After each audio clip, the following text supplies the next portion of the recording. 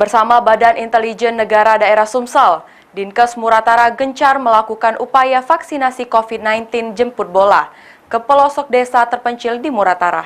Desa Sungai Lanang yang belum vaksin ketiga silakan datang ke balai desa.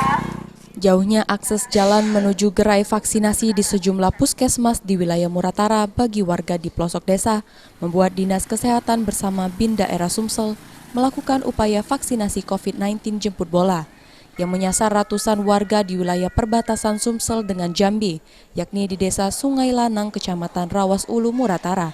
Tim vaksinator dalam pelaksanaan vaksinasi harus menempuh perjalanan jauh selama 2 jam lebih untuk masuk ke lokasi desa yang belum memiliki akses jaringan internet.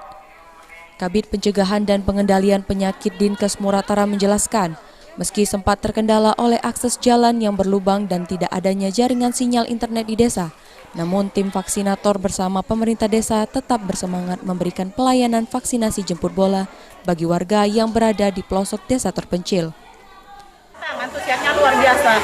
Untuk akses internet seperti apa, Bu? Nah, dan akses internetnya seperti sekarang ini tidak ada internet. Jadi untuk memudahkan untuk kita memproses ke Peduli Lindunginya itu, jadi kita bisa foto dulu KTP-nya, ya, NIK-nya itu kita nanti pulang ke kecamatan, rumah baru kita proses.